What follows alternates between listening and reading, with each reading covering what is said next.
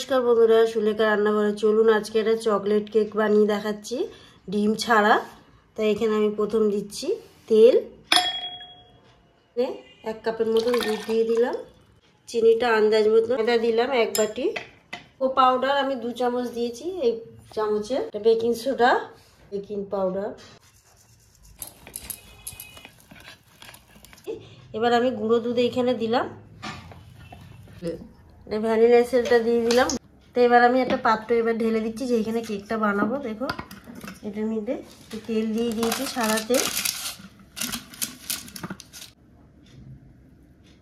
তো চকলেটের উপর আমি কিছুটা বাদাম ছড়িয়ে দিলাম।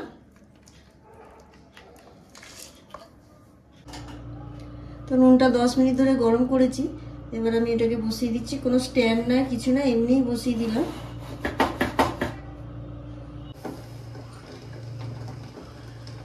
পুরো 20 মিনিট রেখেছিলাম, পুরো রেডি হয়ে গেছে কেকটা। পরে আপনাদের সাজিয়ে দেখাচ্ছি।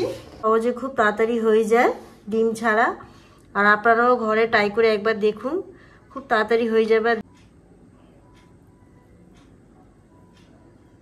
তো কত নরম হয়েছে দেখুন। যদি ভালো লাগে তো প্লিজ আমাকে সাবস্ক্রাইব করুন, লাইক করুন আর কমেন্ট করে জানান কেমন হয়েছে কেকটা, আপনারাও বানান।